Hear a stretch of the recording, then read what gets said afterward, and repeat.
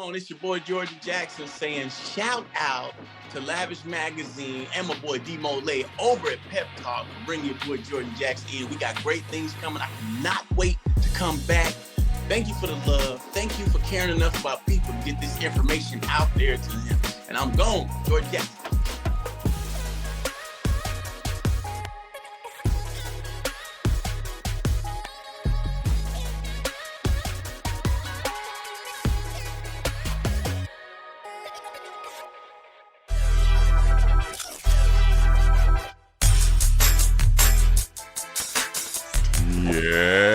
Yeah, I must say he's in the building. Comedian extraordinaire Jordan Jackson is in the building today on Pep Talk to kick it with us, ladies and gentlemen. Yeah, I'm so excited. What's up, my guy? What's going on? Man, on the grind, man. So happy to be here. Thank you guys for taking the time to let me do this interview, man. I'm super excited about it. Hey, man, we excited to have you, man. We definitely excited to have you.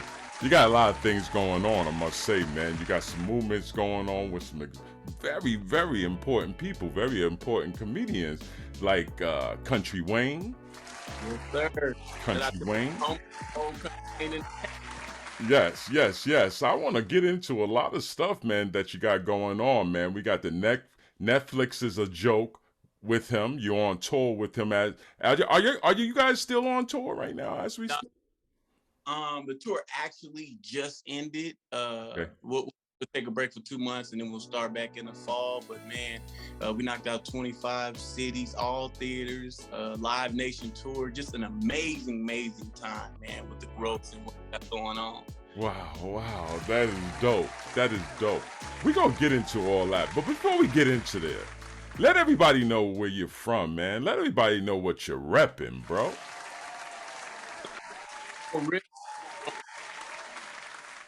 Say again. I'm originally from California, Montclair, California. Okay. Grew up in all over Southern California, Long Beach, LA, San Bernardino, Moreno Valley, wherever the family went, always on the go. Oh man, wow, that's that's what's up. I see your background. People may hear the audio, but I see your background. You a Lakers fan? Oh, die hard, baby. I'm talking about real fan too, not just because LeBron came over. I'm talking about Michael Thompson with the beads. Yeah. Michael Cooper, MJ. You know, it's the real MJ. Oh, wait. You said the real MJ, Matt Johnson.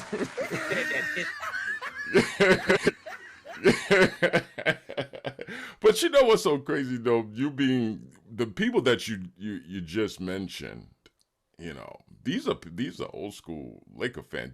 These are people that if you don't know these diehard people, you got a problem, right? Exactly. Yeah, like, you're not a Laker fan if you don't know who Kurt Rambis is. Yeah, you can't be a Laker fan if you don't know who Kurt Rambis is. You really can't. You really can't. Being a diehard Laker fan, I know you've been to a Laker game before.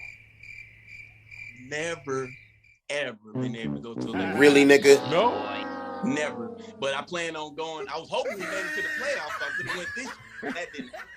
But I do plan on the first opportunity. Got with COVID and everything. Yeah. I had tickets to go, and it was like it was all the hoops that you had to go through. So I was like, I didn't get the chance to actually go to a show. I mean, to an actual game. But this year, maybe season tickets in the works. So, oh yeah. Oh, that's good. I know that's gonna be great. Season tickets. But never mind all that. Let's talk about how do you get started in comedy? How did you get started? Well, first of all, always been a class clown, always been naturally funny. Would always make the girls laugh in class, and then they be laughing when I'm getting in trouble after laugh. Yeah. My teachers loved me, man. They were like, you're being disruptive. They said, if you could just give us 50 minutes, we'll let you have the last 5 minutes to cut up and make the kids laugh and everything. And that was actually my introduction to really doing a little bit of stand up, because my teachers would actually allow me to get up and make the class laugh. How long have you been doing comedy? I've been doing stand up professionally for 6 years, and then I've been doing comedy, making people laugh my whole life, family reunion, birthdays, everything. So Yeah. 6 years is a pretty. Would you say that's a long time in comedy? Nah, not really. Not really. Yeah, but I got a really good break by being able to do 6 years and being actually like on the road, you know, with Kountry Wayne. That's probably equivalent to a comedian who's been doing comedy probably about 10 to 12 years. Wow. If you think, because it's you know, 7-8 shows a weekend. Yeah. So what do you like doing most? What's your itch? Because you know, like a good basketball player, everybody got a way of playing the game. They like to shoot in the corner. That's my specialty right there. Pull up or whatever. What do you like doing most? Is it skits or stand up? What is your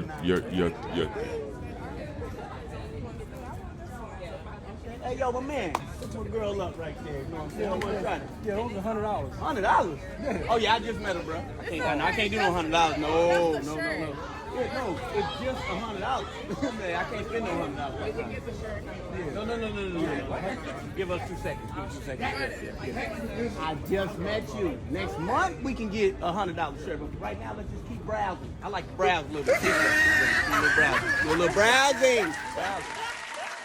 Just the creating process, period. The writing, the creativity of having it. I would say that I'm a better creator of content than I am a stand-up, but I am a good stand-up who has, you know what I'm saying? I got to put in some more time before I'm, you know, up there with the greats. But just making the world laugh and being able to be creative, casting the right people, giving the right dialogue to people, you know what I'm saying? I don't have to be the star. I got to hold the camera. So just being able to create a process of being able to make people laugh, being a content creator, period. Wow, that's dope. That's definitely dope. Let's talk about, you only do clean comedy.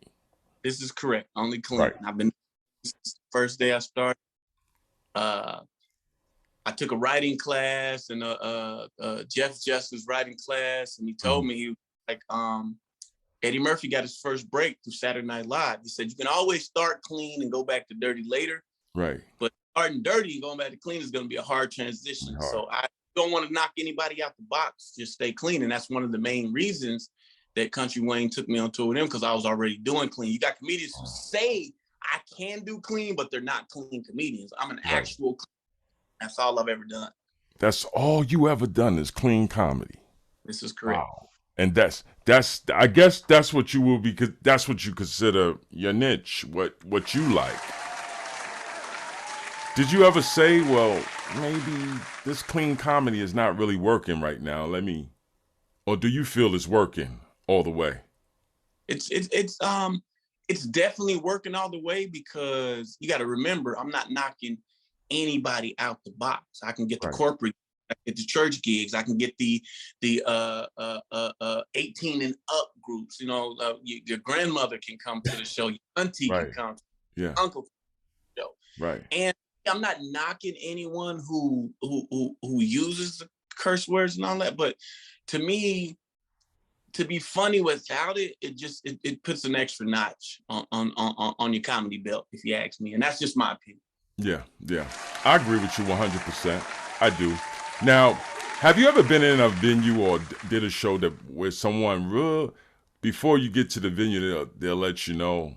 I don't know if this is how it go. They'll be like, you know, we don't want nothing, no dirty jokes, you know, everything has to be clean. They'll prepare you before it. How does it go in the comedy world when you're doing your venues? It really depends on the actual venue. Most of the time, there are some comedy clubs that only do clean, but that's, you know, it's pretty rare. The young comedians that are coming up, the clean to me is an easier way to actually get you to be in the club and be able to host, to be able to feature, because the clubs would prefer that, especially on the come up when you haven't built your own audience. So I think it'll get you way more opportunities by being a clean comedian, especially when you're trying to establish a home club or something like that. Right. That makes sense. That definitely makes sense. Let's talk about that, the Country Wayne Jesus pop-in moment. Mm-hmm. Let's talk about that. Tell us about that. The title.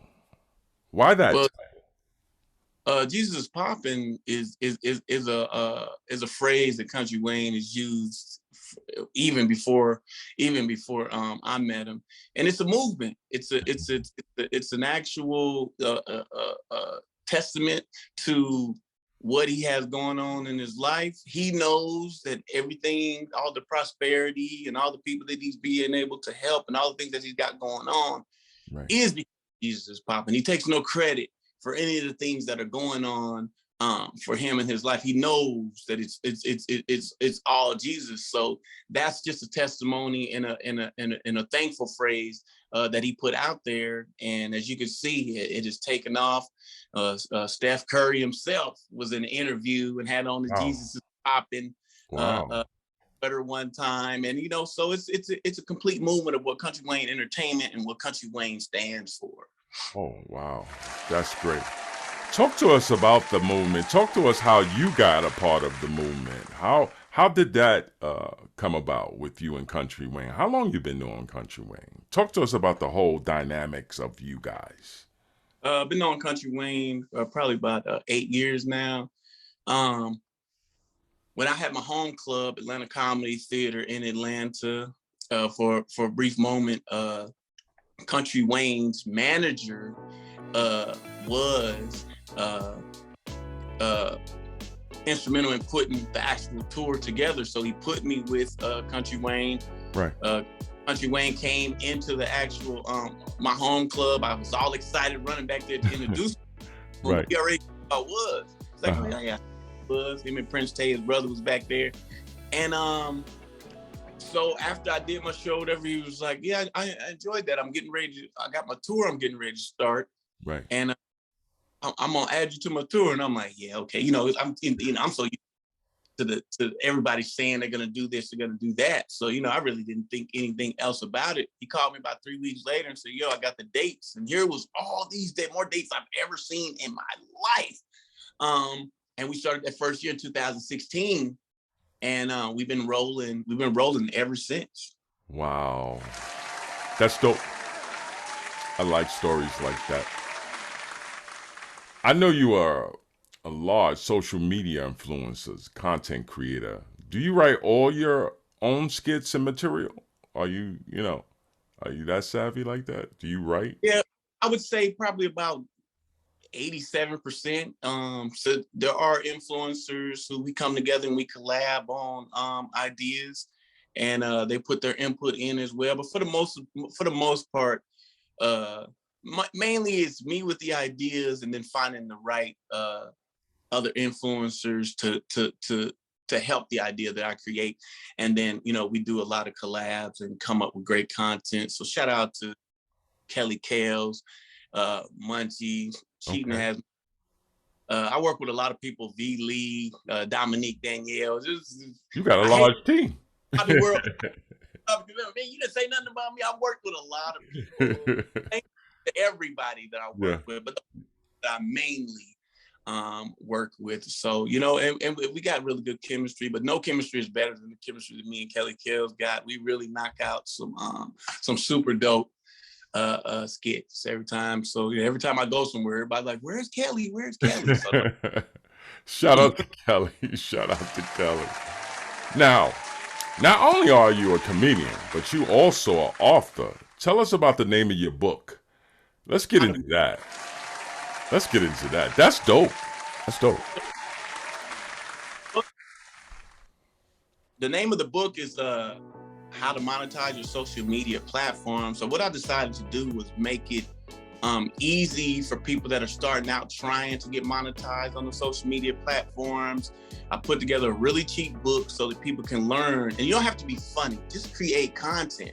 Right. And I did a step-by-step book that's on Amazon that allows people to do these little small steps to get going and try to get your pages monetized. So I'm very proud of this project. Mm-hmm. Really doing really good on Amazon. So you know, it's a really good book if people are trying to get into it and don't really understand the aspects of it, because a lot of my friends call me every day, how do I do this, how do I do that? I was like, let me just do the book. You can't spend $50, it ain't gonna work no way. But create content. I can't say this enough to my fans and to the people that are watching this podcast. Don't have to be funny. Just create, because the new world content is really the direction to go as far as having something that's yours and owned by you. Wow, that's dope. Why did you decide to write this book? Why did you decide to write the book? I decided that there's so much information out there that we're not savvy to, that we don't really get to, that's not pushed to us.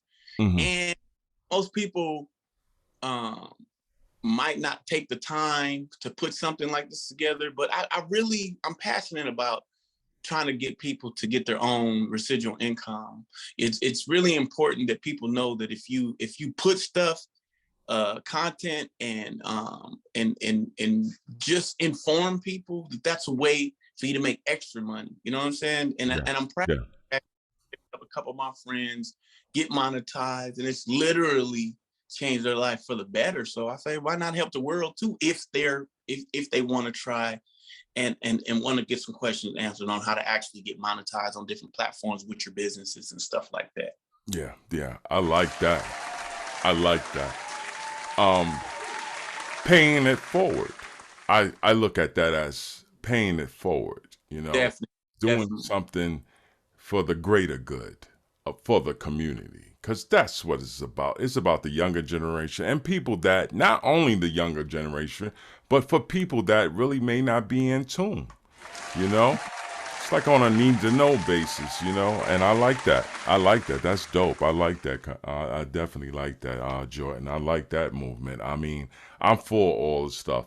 I want to ask you a question, though. I'm always asking questions. If you just tuned in, we here with Jordan Jackson on Pep Talk, and we just kicking it, you know. We're kicking it. I want to ask a question. What's next for Jordan Jackson? Got some pretty good stuff coming. I got a couple movies coming out. I'm actually writing my first short. Got some the fall tours coming up with Kountry Wayne and Live Nation. So, you know, I'm just staying busy, staying creative, looking for some new ventures, and just continuously creating and writing and, you know, putting the best funny content together for people to, you know, enjoy themselves. Because in the time that we're in right now, people really need healing and laughter. And I just feel like comedians are the best doctors as far as healing people and the tragedies and stuff that they're going to today in this time. So I'm proud of that. That's dope. That's dope. Because they never had no title. When I grew up in the church, you can go get food. Now it's $8 to get a plate. You can't even get free food at the church no more. Silly boy. No more. Wait a minute. Hold on. Wait.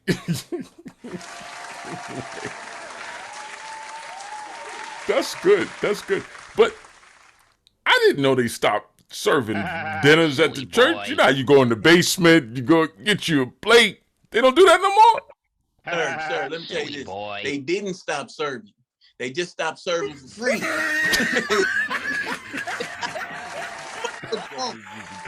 This is definitely good conversation. Hey, man, churches out there, the ones that are doing all this crazy stuff, get it together, please. Get it together. Huh? What was that? Before the churches get out there with the pickets and all that, trying to come at us. This ain't every church. Let me put that. Exactly. Yes, that's exactly. Because and this is a call today. Get rid of it. Yeah. Get rid of the tithing numbers. They ain't gonna do it. No, they ain't gonna do it. But we need to go back. We need to go back to the way things were, like Tupac said. We need to go back. I know you mentioned movies. Any titles for the movies that you got coming up? I do have the Workout Partners, which we shot in Cleveland. Okay. And that's about it right now that I'm able to actually release. Country Wayne's new movie is coming out really, really soon. It's looking forward to that. Strange Love, and it's done. Just waiting on the to editing and stuff to get through with that. He completely put that thing together. It's amazing. And you know, we're just working hard, continuously putting the content out there. I tell anyone, I'll end with this. Anyone who's struggling right now because you're not getting the views and you're not getting the followers and you're not getting the people that you need, just know this: everyone started one follower at a time. Everyone started with 3 views. As long as you get 6 views tomorrow, be happy with what you accomplished on this day, and never let nobody tell you what you can't do, and just work hard and stay motivated. Believe in yourself first. Nobody wanted to film for me. Nobody wanted to film with me. Nobody wanted my calls, but I believed in myself. I taught myself how to edit. I taught myself to be independent and created my own. And now everybody's calling and blowing up my phone, wanting to film, wanting to shoot for nothing, just to be a part of what's going on. Yeah. So just it's a journey, but and never give up. Believe in yourself first, and other people are gonna start following that same pattern, man. But it's not gonna be easy. None of this is easy. All the people that you see that are successful, they worked hard and they sacrificed a lot. Well, you summed it up in a nutshell. You definitely summed it up in a nutshell. Let everybody know where they can follow you at on social media. Give everybody all your social media platforms before we close this thing out, brother. All right, great. On Instagram, it's Who Is Jordan Jackson. Facebook, it's the same, Who Is Jordan Jackson. Also, you can get my book at thejordanjacksonshow.com, apparel and everything like that. So, hey, stay up. Hit me anytime if you got questions. You know what I'm saying? I love to give back to our community and help people grow. So, yeah, man, shout out to Pep Talk, man, for giving me this opportunity to share great information with the world, man. Really appreciate it. Oh man, you are definitely appreciated over here. I must say, you are definitely appreciated. This has been another dope segment of Pep Talk, man. Jordan Jackson came in the building, displaying all that greatness, letting us know what he got up and coming. We over here at Pep Talk want to wish him nothing but success and thank him for stopping by our show. This is another dope segment. I'm D-Mo Lay, and I'm out.